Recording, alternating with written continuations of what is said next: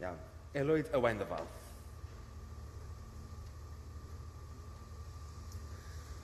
Y Waun glyn dŵr. Yn bobl war, aeth ein blwydd yn rhy neis. Mae'r hen oesoedd yn ddistaw yn ein hawen.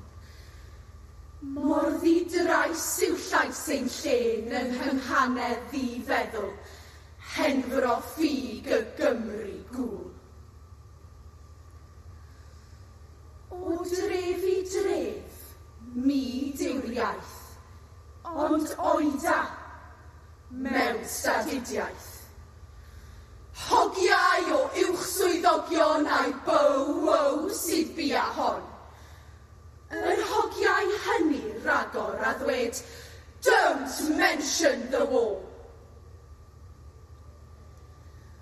Roedd Cymru y canu caeth yn ddynion, yn farddoniaeth, yn gyhyrog o eiriau a'r beirdd, o bennal i'r bai yn drwm gan trawiadau'r un anrheithiodd Gastell Rhuthun.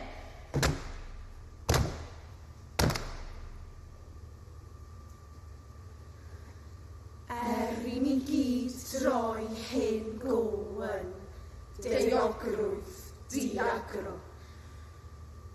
Yn odlau'r cywydd gweidlyd, mae angen hyfgen o hyd, rhyw Harry Webb neu Ares i unioni'r hen hanes. Mewn gwlad ddiganiad, ddigog, a'i hyder mor dawidog. Oeda fy mro i thraddodiad, o lys i lys crwydra wlad yn glaf am Gymru'r tafod a